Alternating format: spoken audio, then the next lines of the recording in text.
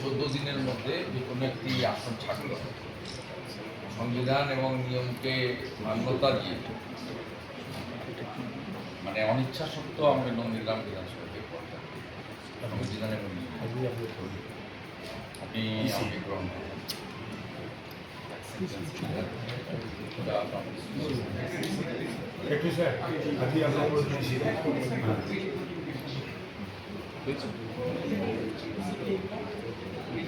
নন্দীগ্রামের প্রত্যেকটি ভোটারের কাছে আমার আবেদন, বিধায়ক অন্য কেউ নির্বাচিত হলেও দায় দায়িত্ব, স্বপ্ন পূরণ, আশা ভালো রাখা, ভালো মন্দে থাকা, উৎসব উন্নয়নে থাকা, বিধায়ক পরিষেবা কার্যালয় সহ সমস্ত রকম পরিষেবা আপনারা পাবেন। আপনাদের বন্ধু শুভেন্দু আপনাদের সঙ্গেই থাকবে। 7ই জানুয়ারি ভাঙাবেড়ায় যেমন প্রত্যেক বছর ঘুরে দেখা হবে। 14ই মার্চ অধিকারী পল্লী গোকুলনগর সোনাচূড়ার শহীদ মিনারে যেমন দেখা হবে।